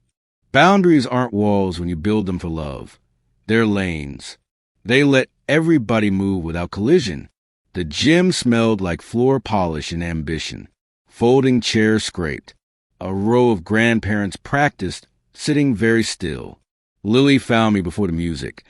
Not because we planned it, but because a child's eyes can find their person in a crowd the way birds find home. She didn't run. Megan has taught her not to make moments harder than they need to be, but she moved with purpose, and I opened my hand because hands that love have to be ready. "You came," she said, like there'd been a chance I wouldn't. "I like gyms," I said. "They teach patience. And acoustics." Noah sidled up taller every time. He bumped my arm the way boys do when hugging feels like too much theater. "He's in the back," he murmured. The pronoun doing the work his heart couldn't yet say. I didn't look. I didn't need to. The room was big enough for everybody's weather. The band played a medley that made the adults cry for reasons they pretended were about nostalgia. Lily's triangle rang true on the downbeat, the kind of small rightness that can make a week bearable. When it was over, I stood without standing in anyone's way, and I left by the side door that sticks unless you lift the handle just a hair. I lifted. The door learned manners. Outside, the sunset had turned the brick to something like velvet. August softened the city around the edges. Price Tower's new bones began to catch light in the late hour. Leo and I stood in hard hats and pretended we weren't proud. "I told my grandson this building will be here when he loses his hair," Leo said, rubbing his own head for punctuation. "He'll blame us for the shadow and thank us for the shade," I said, "if we've done our job." He lifted a hand and pointed toward a corner where the sheet metal contractor had done a little showing off. "You see that?" he asked. "I see it," I said. "We'll remind him the building is the client." We walked the perimeter while the crew rolled up cables. A foreman's radio clicked and fizzed out a ball game nobody was actually listening to. On the west fence, 2 teenagers watched through the slats, eyes bright with a hunger that makes a future. Leo passed them each a bottle of water, without pretending it was charity. "Stay in school," he said in that old American language that still knows how to be direct. That night, Megan called. Not for news, not with demands. "He's getting good at showing up," she said, almost in confidence. "It's calmer here. The kids sleep." I leaned back in my chair and looked at the ceiling of Craftsman, once plastered so smooth it still refuses to crack. "Good," I said. "Let calm stack. It holds more than people think." In Eric's corner of the city, a few miles and 3 lives away, he bought a small table from a thrift store on Milwaukee Avenue. It had a scar down one leg and 4 cigarette burns that no one could buff out. He carried it up 2 flights by himself, setting it down on each landing to breathe. When he sat in the room, it wobbled. He smiled. He took the blue tape from his drawer, stuck it under one short foot, and then, because he liked doing things right now, he shaved a cedar shim with a utility knife until the wobble went away. Only then did he set the letter I had written on it, and only then did he put 2 plates there for the first time since he'd only needed one. He ate eggs and toasted that table and read the letter again, his hand on the paper like it could catch fire without notice. Around that same week, a man from our old life, someone who'd been younger around Eric and older around me, called him with a proposition fat with shortcuts. "You've got name recognition." The man said, "Let's leverage it." Eric listened without interrupting, which is how you learn if a person's idea can survive air. "No thanks," he said when the sales pitch wound down. "I'm learning to win slow." The man laughed and called him a monk. Eric hung up and went to his shift early. Denise handed him the floor machine and said, "Tonight you dance." He did, shoulders low, lines straight, an aisle at a time until the building confessed its shine. In September, the JV reached its first major inspection with the city. Leo wore a tie that looked like it remembered Sinatra. I wore the shoes that don't slip. The inspector tested our patience by ignoring the pancakes we'd learned he likes. He ran a small, mean flashlight along our edges and grunted twice. Once for a corner that pleased him. Once because he remembered he's not paid to be delighted. "You widened," he said without looking up. We widened. Leo answered, not bragging. The flashlight clicked off. The clipboard collected my signature, then the inspector's grudging blessing. "That'll stay put," he said. "If the lake comes for it, call me and I'll come stand on it with you." "Bring your trombone," Leo said, not quite under his breath, and the man smiled despite himself. I drove home the long way, past neighborhoods where I'd framed out Saturday porches in my first years, and past a diner we used to sit in when Rose and I scrounged for enough coffee refills to say we'd been there. The brass key warmed under my palm. The pen rolled in my pocket like it had somewhere to go. At a stoplight, I remembered a poem I'd read on a job site once, taped above a punch list, anonymous, earnest, a little too much just like youth, and how it said that the truest work happens when nobody knows your name.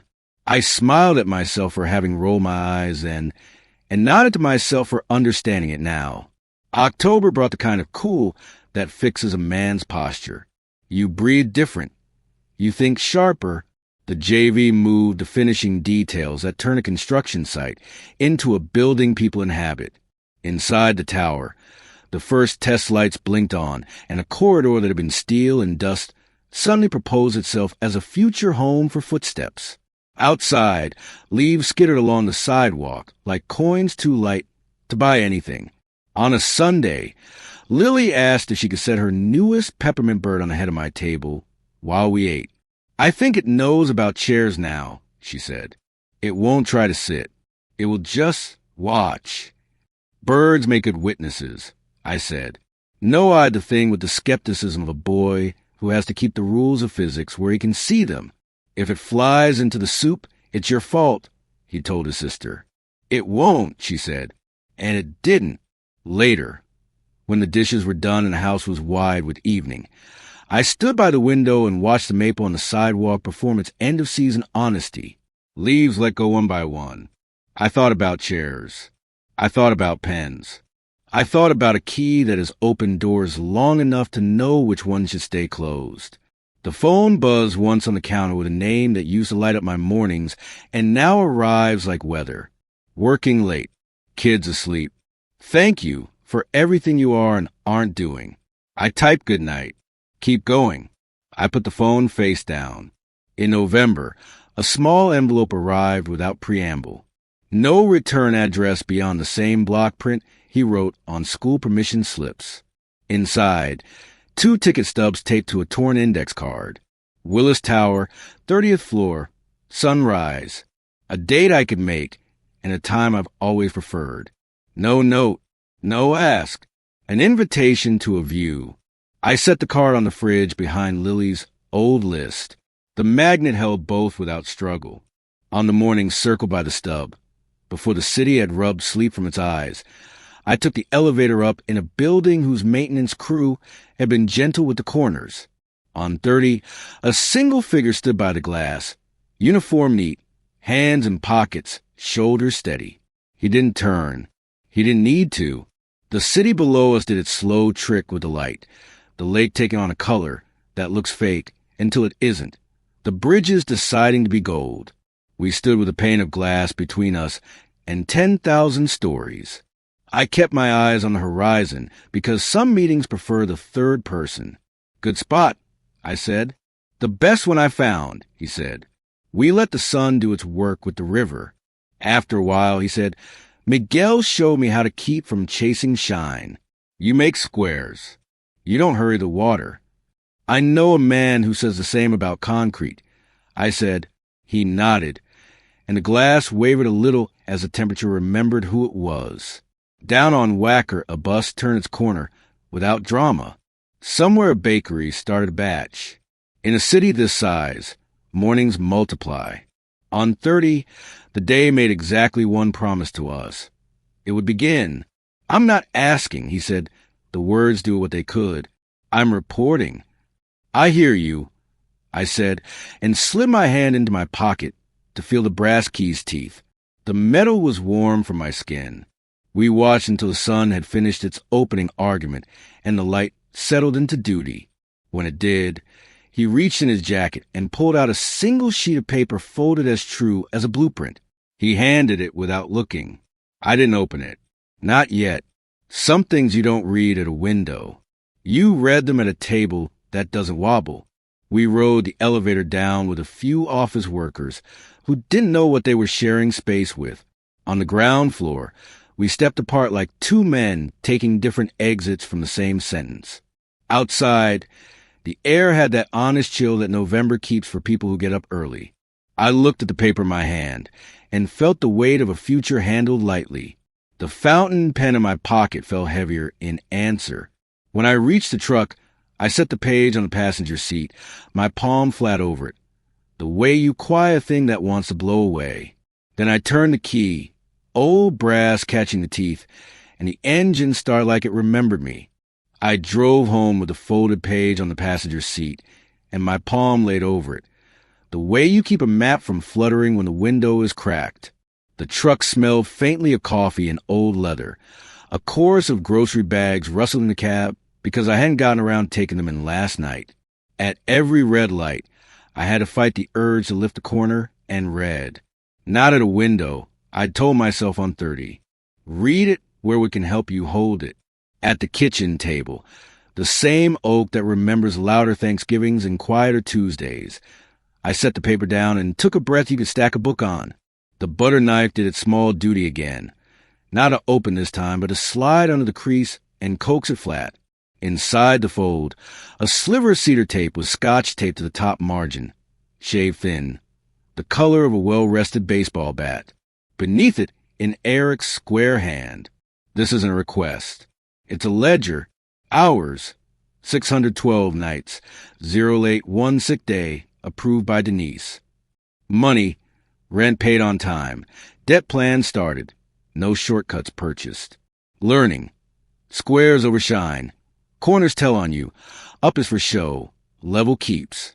Boundaries. I won't ask you to move yours. I'll meet them or walk away. The table in my apartment wobbled. I fixed it before asking for a seat anywhere else. No poetry, which made it feel more like truth. Below the lines, a single paragraph. I'm not writing to change your mind. I'm writing so the kids won't have to do it for me someday. I pushed you because I was trying to borrow another man's respect. I work now because respect won't be loaned to me anymore. When I'm tempted to hurry, I touch the shim. It reminds me not to argue with the floor. He'd signed just Eric. No flourish. The cedar shim smelled like a shop on a summer morning, resin and quiet. I lifted it free and set it on the table's edge. It did what good shims do. It waited patient for a weight that needed it. I carried the letter to the study and slid it into the drawer with Rose's recipe box. The fountain pen lay where I had left it, black and ready. I thought about answering right then. Instead, I reached for the peppermint jar because Lily has me in training. A sweet first, then a sentence. The wrapper crackled, small thunder. I ate the mint and wrote only 4 words on a clean card in an ink that dries honest. Noted, keep it level. I put the card under a paperweight that used to be a doorknob and left it there. Some replies need to cool before they hold. That afternoon, the JV meeting with Leo ran long, because the city wanted guarantees that no one can give and men like us know when to say we'll try anyway. On our way out, we stopped under the beam that would carry the topping out flag on Friday. Leo tapped the steel with his knuckle, the way a good inspector greets a thing. We're close to the part where we pretend we're done, he said. We're close to the part where we learn what we missed, I said, and we both grinned the way old dogs do when the game is still the game. On Wednesday, Noah and Lily came over with the kind of energy that announces a plan. We heard about the topping out. Noah said, try and make his voice casual and failing, because excitement is louder than intentions. Can we sign the beam? 2 small signatures, I said, where they won't confuse the welder. Lily produced a marker like a magician. And can my bird watch? The bird can witness, I said, solemn as a judge. Friday arrived with a sky that had finally remembered how to be blue. The crew gathered, hard hats bobbing like a flock of determined geese.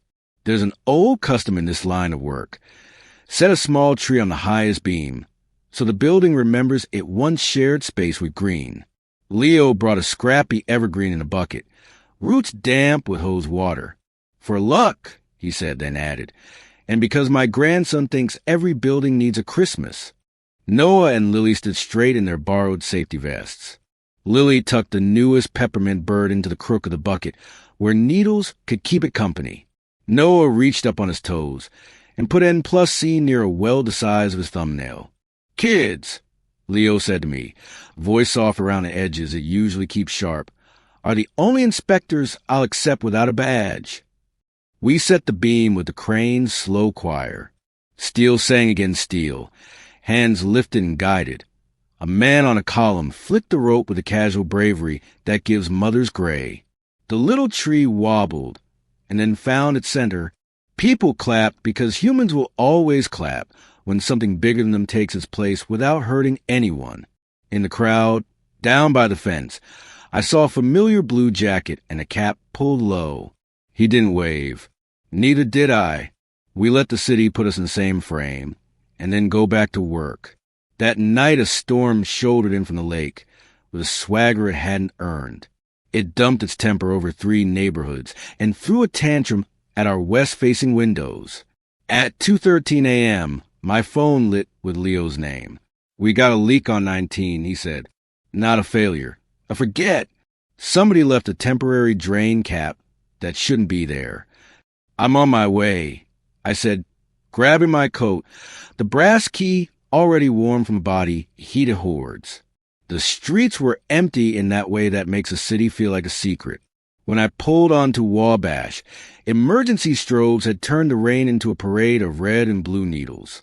Inside, a handful of our night crew and a cleaning contract team worked like a small, efficient army. Pads, squeegees, wet vacs, all the unglamorous tools that keep disaster from earning a name. Denise was there, hair tucked into a baseball cap, sleeves rolled. We got the call, she said. Figured we'd rather mop your rain than wait for ours. She pointed with her chin, and I followed it. And there he was, Eric, up to his shins in an inch of water that was becoming less than an inch with every pull. He wasn't performing. He was moving squares across a floor that wanted to misbehave. Corners, he told a kid with his first squeegee. They tell on you. We worked shoulder to shoulder without making a poem out of it. Water is democratic. It goes where it wants unless you convince it not to. The leak surrendered to our persistence, and to the plumber, who finally knocked the cap loose like a cork from a bottle nobody liked. By 4 a.m., the floor was a damn suggestion instead of problem. Denise made a pot of coffee on a job site burner, and it tasted like victory you don't brag about. Leo rubbed his hands together and blew on them. I hate water inside, he said to no one in particular. Me too, Eric said, not looking at me. Outside it looks honest. He glanced at me then, just once, the way a man checks a level and moves on. I nodded. It felt like the correct punctuation. Send me the invoice, I told Denise, and she snorted like a horse that knows it won't be ridden that way. We'll call it even next time you forget to order liner bags, she said. Deal, I said, because dignity is also know when you've been helped. By breakfast, the city had forgiven the storm enough to steam a little off its manholes. Leo and I stood at the curb, damn cuffs, old bones negotiating the price of staying up all night. He tilted his head toward Eric, who was stacking fans in a neat row with Miguel. You don't need my opinion, Leo said. I'm going to give it anyway. That's a man who can be trusted with a mess. I know, I said, and the words fit like a glove that's finally been broken in. At home, I stripped off the wet socks and put them over the radiator like my mother taught me before a radiator belonged to me. The house smelled like damp wool and coffee, a working man's incense. I set the cedar shim on the sill to dry. The sun came up like a promise it kept 1,000 times for people who didn't deserve it and for people who did. I sat at the table with a fountain pen and my 4-word card. I slid the card into an envelope and wrote his address without looking it up because some things you memorize without deciding to. On the flap, I wrote one more line, not as instruction but as witness. You handled corners. At the mailbox, the envelope made its familiar thud. A jogger passed, breath making little clouds. I turned the brass key in my pocket and thought of doors, locks, and the question that rides beside them. Which belong open today? The truck started like it believed I knew. The day did, too. And when my phone buzzed with a new message from a number I now recognize by feel, I didn't read it at the stop sign. I let the engine idle and let the road pull me toward whatever would need my hands next. Thanksgiving as a way of measuring a family without asking for rulers. It shows up with gravy and opinion, and it counts how many chairs it can fill without anyone losing their dignity. That year, we made 2 tables because lanes work better than collisions. Megan hosted her parents at noon. The kids ate turkey in a room that smelled like nutmeg and good decisions. At 6, they came to me with plastic containers that sweated warmth and important parts of holiday. Rolls, a slice of pie, a story about how Noah dropped the cranberry spoon and Lily laughed so hard she hiccuped. We set 3 plates at my kitchen table, careful not to set a 4th by habit. Lily asked if her newest peppermint bird could sit at the head, only if it promises not take the chair, I said, and she placed it there, facing us, tiny paper beak pointed like a witness. Noah carved the turkey with more concentration than was strictly necessary, and I let him because concentration is a better seasoning than anything in the cupboard. After dinner, we bundled up and walked the block. The air tasted like chimney and cold pennies. Houses along the street had begun to flirt with lights they'd commit to next week. Lily took my hand without asking and slipped her mitten into mine, as if the glove had been made to fit both of us. Is Dad okay? She asked. Simple as weather. He's working, I said. He's sleeping when he can. He's learning to make corners tell the truth. She seemed satisfied in a way that told me she knew more than she was asking. Noah kicked a leaf until it gave up and drifted into the gutter with a quiet acceptance only leaves and men who stopped arguing with gravity can manage. Coach says I should play 3rd this spring, he said. Says I'm good at fast decisions. You are, I said. You were born with a glove in your chest. He grinned sideways and sobered. You coming to the fall awards? They give dumb little certificates, but they're mine. I'll stand where the sound is honest and clap. I said. You won't have to look for me. I'll be where clapping lives. At the gym the following week, I chose the right side bleachers because the left belonged to other weather. The room smelled like floor wax and parents. When Noah's name came, the clapping had that round sound a good crowd makes for a boy who does his jobs. I caught his eyes for a second, half proud, half embarrassed. And we both looked away at once because that's the choreography men learn when love doesn't need a narrator. Lily's chorus sang a carol that didn't know yet it was early. Her triangle hit true again, and a woman 2 rows down dabbed her eyes, maybe because her own child's note had landed on the right day. On site, November put a clean edge on the work. Price Towers floors accepted light the way a good floor does, without showing off. Leo and I signed off on a run of corridor fixtures that didn't make promises we couldn't keep. Understated, he said. I like a hallway that introduces itself without asking you to applaud. We walked through the lobby where the terrazzo had a depth you could fall a little into if you weren't careful. On the west side, a small stain had bled under the tape. I crouched, thumbed the edge, and shook my head. That'll read, I told the foreman. I've got a guy, he said automatically. We've got a rag, I said, and he laughed because he understood. Fix it now while it's a smudge, not later when it's a story. Denise called about supplies and tucked in a sentence that had nothing to do with ammonia. Promoted him to night lead, she said brisk, like a forewoman flipping a page. He taught Target checklist, called it level first. I didn't ask him to name it. I'm pretending I'm mad. I'll send him a bill for royalties, I said. He'll pay in clean corners, she said. The only currency we accept. In that small apartment across town, Eric spent his off afternoons writing things that weren't letters. A list for new hires that said squares before shine at the top like doctrine. A note to himself taped inside the closet. Say the small right thing out loud. Skip the speech. A recipe for beans and rice he'd learned from Miguel's wife, with measurements described as generous rather than exact. 2 generous garlic, a generous splash of oil. He bought a thrift store blazer for $10 because the sleeves were honest and because he wanted to show up at Lily's winter concert looking like a man who believed in effort even on days when he wasn't being graded. He sent one text that month that wasn't logistical. Miguel's kid needs cleats. Got a line? I replied with a store and a name and told him, get them fitted, not just bought. He sent a thumbs up. A week later, a photo arrived without commentary. A boy grinning at shoes that even knew, what they were for. December took the city by the shoulders, turned it toward the lake, and let the first good snow fall with the authority of a lecturer. Price Towers looked older and white, which is to say, more itself.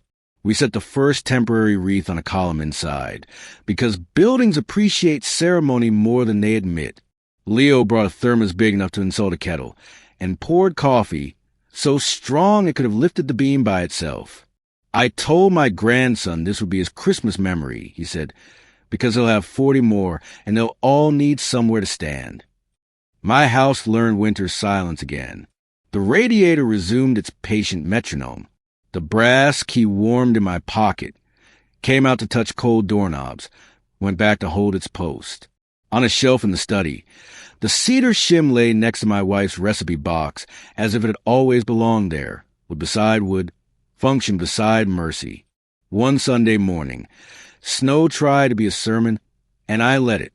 The kids tramped in with red cheeks and a mood that made even the thermostat feel useful. Lily shook her hat like a dog and sent a constellation of flakes into the kitchen light. Noah carried a paper bag like treasure. From him, he said, not avoiding the pronoun this time. For you, inside, a small, well-used level no longer than my palm, bubble steady in its vial. Paint flecks on the frame like confetti from an old job. A note taped to its back in square letters. Borrowed from a shelf. Returned to a life. E. I turned it over my hand. It weighed almost nothing and everything. Lily asked if the peppermint bird could perch on it, and I said birds prefer higher ground.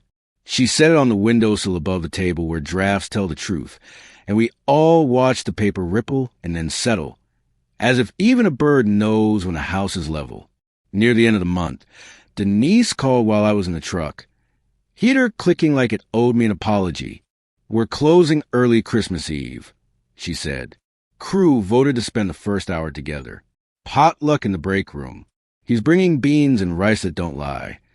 "Give them my thanks," I said, "for the corners, for the nights." "You come by?" she asked casual, like a person tossing you a wrench you almost forgot you needed. "I'll try," I said, which meant I would. The break room smelled like 8 people's best dish and the universal language of disinfectant. Someone had put a string of lights around the microwave. Miguel's laugh had its own chair. Tarek wore a tie with snowmen that looked as if they'd seen things. Eric stood by the coffee, stirring like a man who'd finally learned that sugar is a decision. When he saw me, he didn't straighten. He didn't slouch. He nodded. The small, respectful arc you give a man you hope to become without saying so. Denise shoved a paper plate at me. "Sit," she said. "Eat. You look like a person who still mistakes coffee for dinner sometimes." "I used to," I said. "Now I mistake pie for fruit." We ate without narrating. Someone told a story about a raccoon that had cornered Tarek's mop on the loading dock, like a thief caught with nothing to steal. Someone else demonstrated the exact arm angle that makes a squeegee pull without chatter. Eric passed the beans to Miguel first because he knows courtesy is a tool. He didn't try to make a speech, and I didn't ask for one. Before I left, I set the level on the table between us. "Holds true," I said. "Borrow mine if you need," he answered, and the room didn't tilt. On Christmas morning, I woke before the light and let the radiators tick count down something I couldn't name. Snow had started again, slow, confident, like a craftsman who knows the job and isn't hurrying.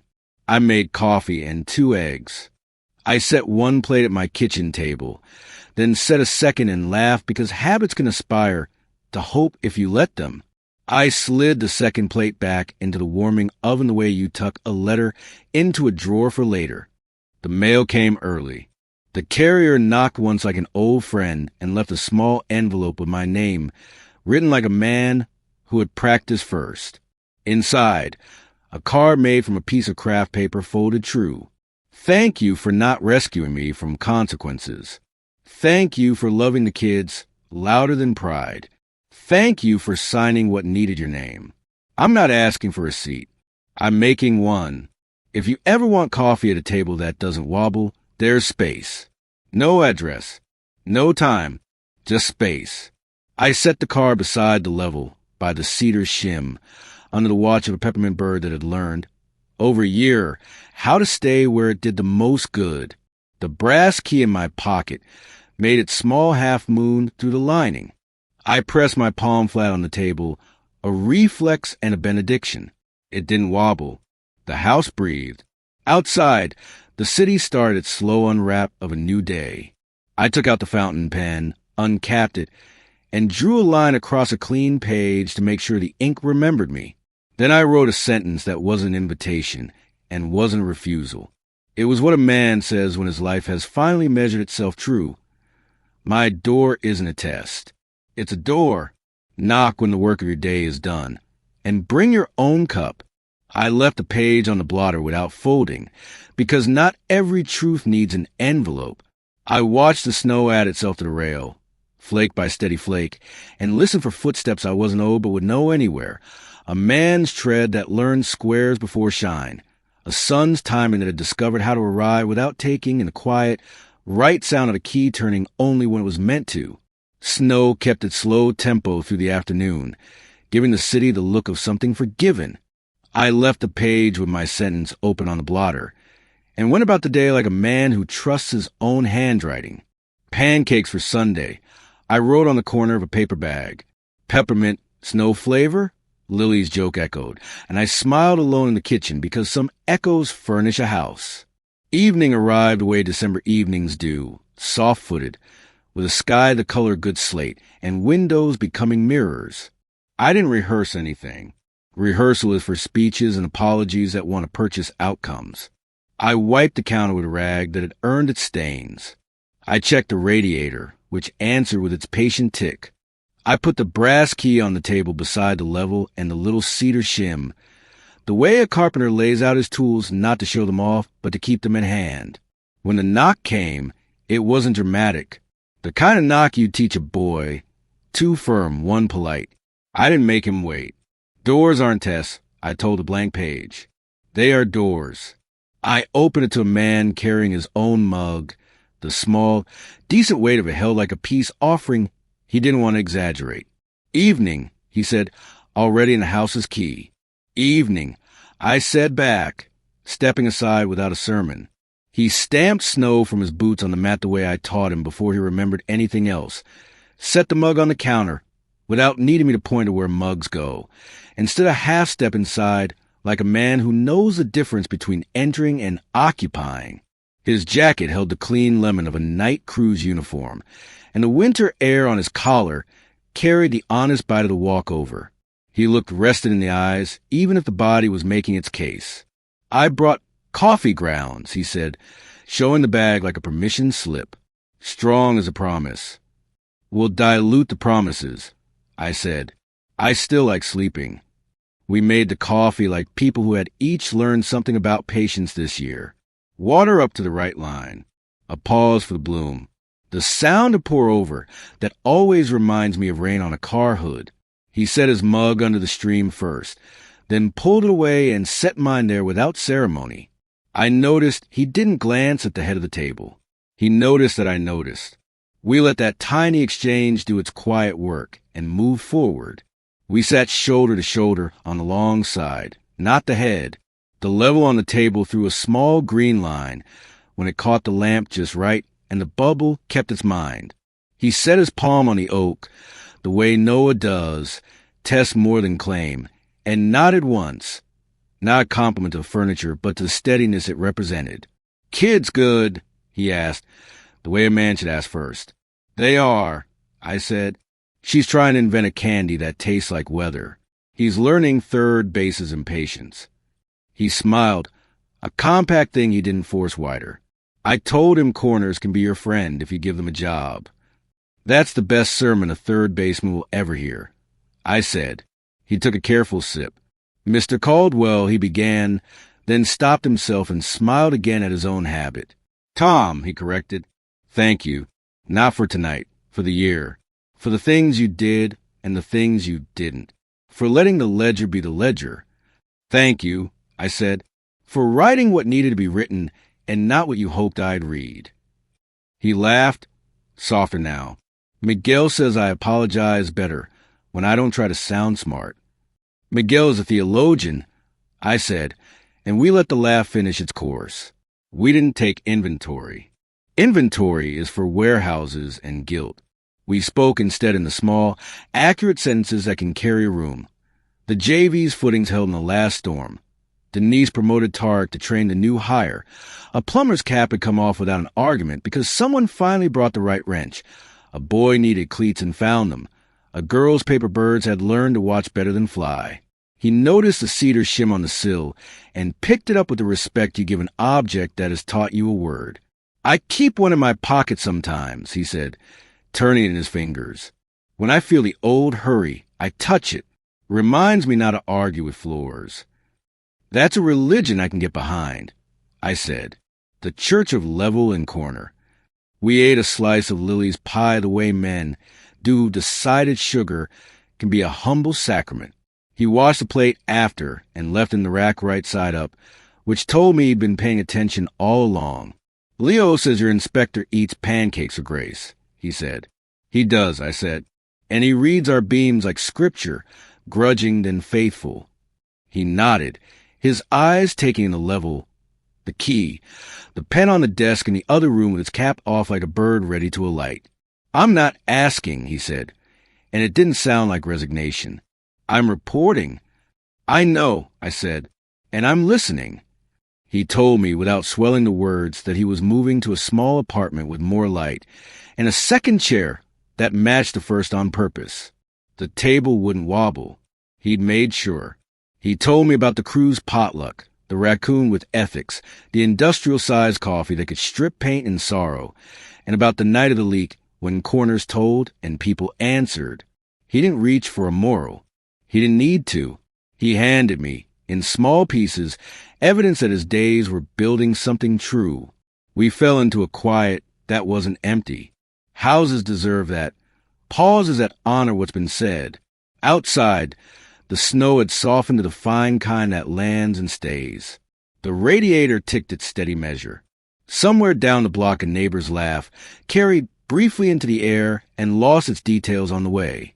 He looked at the door, not longingly, not in fear, just registering that doors are real. You can come by on Wednesdays. I said at last, the sentence measured like a cut I wasn't going to regret. After your shift, the kids will be here in the afternoons. Sundays are for pancakes, and the news Lily writes for us. I won't take their hours, he said. You'll share them, I answered, on purpose, without a speech. He stood, and I stood, and we did not hug. We did the thing men do when they have a truer word. We shook like carpenters, palm pressure, an honest squeeze that doesn't try to bend anything. At the door, he put on his jacket slowly, the way a man does when he's listening to himself as he moves. He picked up his mug and looked at the brass key, not to claim it, but to acknowledge it. Bring your cup next time, I said. I will, he said. I'll bring my own coffee, and a level if the house wants to compare. The house is proud of its bubble, I said, but it won't mind company. He stepped into the weather. The snow had the dignity of work now. No swagger, just process. He walked down the path with a gait I recognized from 1,000 mornings when he was small, and from exactly 1 year when he had learned how to be large. At the sidewalk, he turned a little, not for permission, just a nod at a table he wasn't taking from anyone. I raised a hand. He returned it. Then he went, and the street kept its breath. I closed the door and pressed my palm against it the way you do when the wood is still telling the room what just happened. In the study, I picked up the fountain pen and wrote one last line on the page I'd left open. He knocked. He didn't ask. We sat. The table held. I capped the pen and set it beside the brass key and the level. The peppermint bird watched from the sill like a witness satisfied with its work. Later, when the house had settled into its night posture and the city had finished counting the day's coins, I stood on a porch and let the cold do its simple blessing. Across town, a man would rinse his mug, lay out his uniform, and set an alarm he no longer feared. In a different house, 2 children would dream in rooms free of collisions and full of lanes. At a half-built tower, a beam would remember signatures no one would ever frame. And on my table, a plain oak made faithful by elbows and crumbs and truth, there would be a small cedar shim, a modest level, a brass key, and an invitation that never stops being work. The greatest victories don't come with parades. They arrive on quiet afternoons when a man signs where he's supposed to, then steps back onto his own porch, feeling the boards hold under his weight.